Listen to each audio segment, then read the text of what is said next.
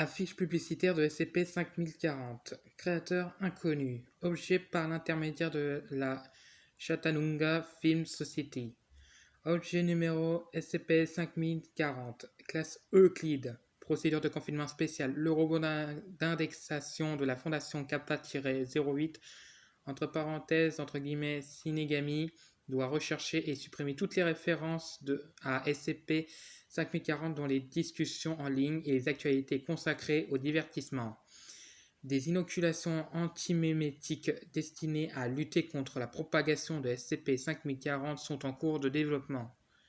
Description: SCP-5040 est un film d'horreur japonais inexistant intitulé Larmes de sang, qui se manifeste de manière spontanée dans les souvenirs d'êtres humains. Les individus affectés par SCP-5040 se souviendront d'être allés voir le film même si leur supposée présence au visage venait à contredire des évidences empiriques qui prouvent le contraire. Les manifestations de SCP-5040 peuvent se produire dans n'importe quel endroit où des films sont projetés, y compris au sein de milieux culturels où son contenu serait d'ordinaire interdit. Des sous-titres et ou des doublages peuvent apparaître le cas échéant. Les descriptions du film sont toujours similaires, de même que les circonstances et les événements relatifs à son visionnage. Cependant, les descriptions de l'histoire et de personnages de SCP-5040 ne sont jamais totalement cohérentes et le décor du film, les sous-titres intrigues, le nom des personnages et une grande partie des dialogues seront différents pour chaque spectateur. Le casting varie également et semble en grande partie arbitraire.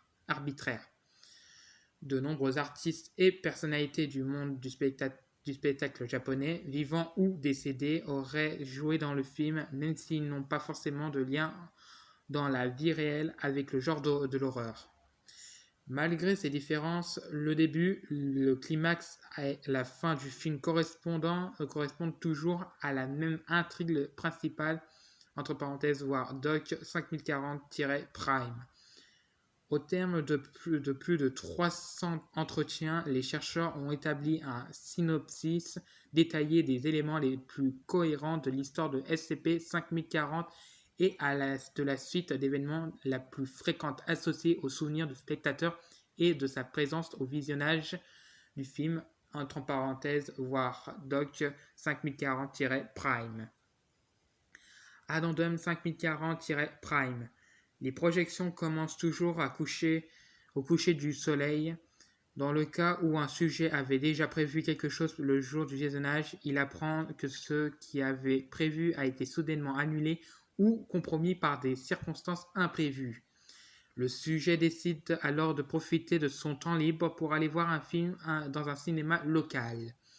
À son arrivée, il voit une foule nombreuse se rassembler au guichet et apprend que la salle entière a été réservée pour un événement spécial, la projection unique d'un film rare et acclamé par la critique.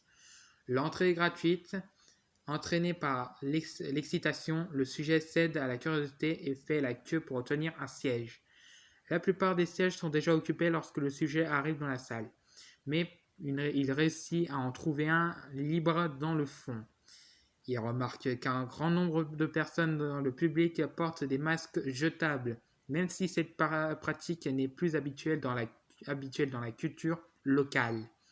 La femme qui prend place à côté du sujet porte un de ces masques, tout comme la femme qui se trouve un peu plus loin à côté d'elle. Les sièges restants trouvent rapidement preneur, mais la salle continue de se remplir de spectateurs. Lorsque les lumières s'éteignent, le public comble totalement les allées et les escaliers, transformant les zones situées autour des sorties en les seules places debout de la salle.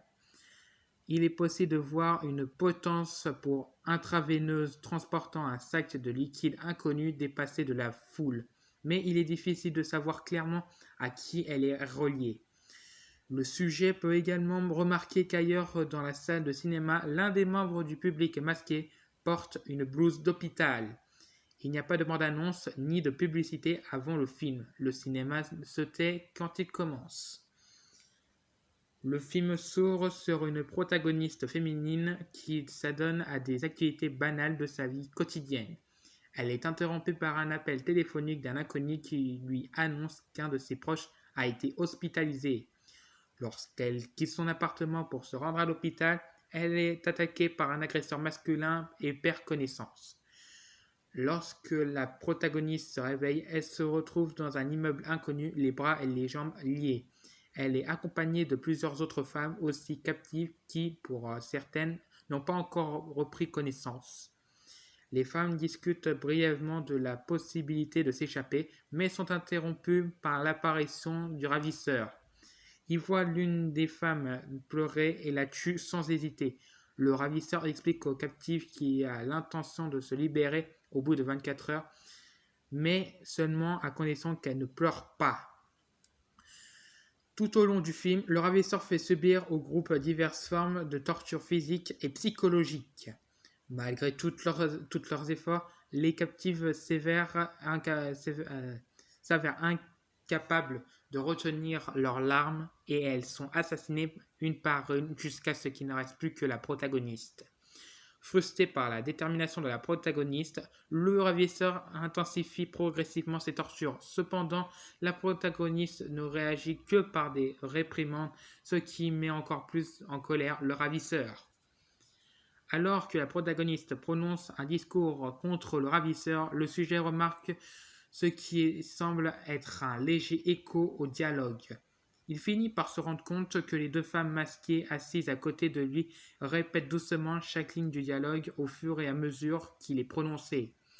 S'il regarde de plus près, il peut constater que la moitié inférieure des masques des femmes est gorgée de salive et qu'elles serrent leurs mains si fort que leurs ongles commencent à se faire couler leur sang.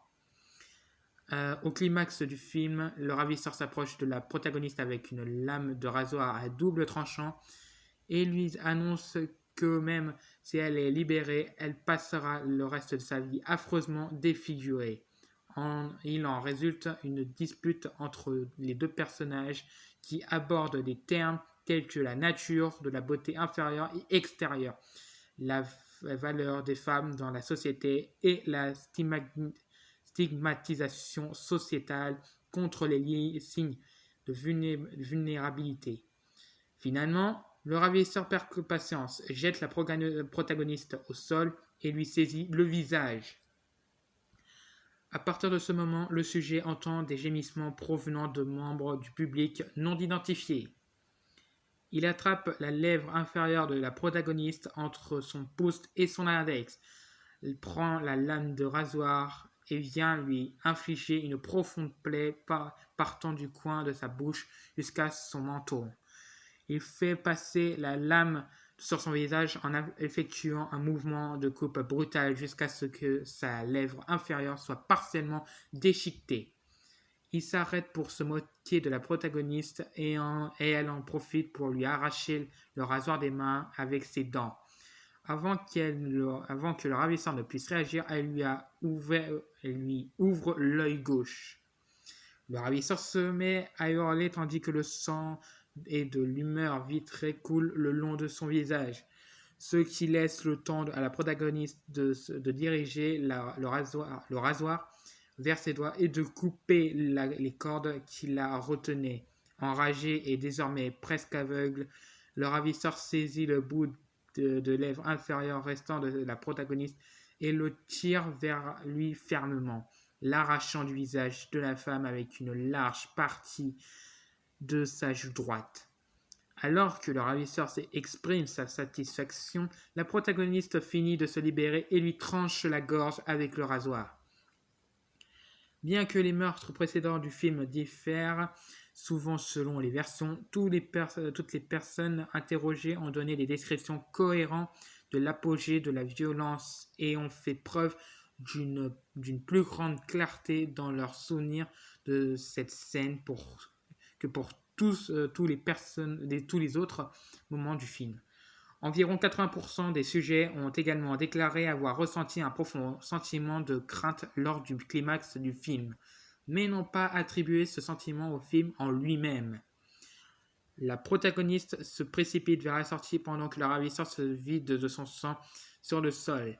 Bien que ses blessures l'empêchent de parler clairement, elle s'arrête avant de partir pour se moquer une dernière fois du ravisseur, lui disant calmement qu'il a pleuré des larmes de sang et qu'il devait donc mourir selon ses propres règles. Le film se coupe brusquement à un moment non spécifié dans le futur. Portant maintenant un masque pour cacher sa bouche défigurée, la protagoniste descend une rue pour se rendre à son appartement, ignorant une foule de paparazzi autour d'elle. Lorsqu'elle atteint enfin sa chambre, la protagoniste enlève tranquillement son masque et se regarde dans le miroir. Elle fixe silencieusement la partie inférieure manquante de son visage et verse une larme. Pendant plusieurs minutes, ses pleurs se transforment lentement en sanglots et en cris frénétiques. L'écran devient noir et le générique de fin défile. Mais le son des pleurs de la protagoniste se fait toujours entendre sans aucun autre son jusqu'à la fin du générique. Les autres spectateurs restent majoritairement silencieux après la fin du film, n'échangeant que des chuchotements à leur sortie de la salle. Les sujets ont affirmé avoir vu de petites flaques de taches rouges sur le sol de la salle en sortant. Ceux qui restent dans la salle au-delà de ce moment éprouveront un sentiment de malaise croissant jusqu'à ce qu'ils se sentent obligés de partir. Voilà, c'était la fin. Merci d'avoir regardé.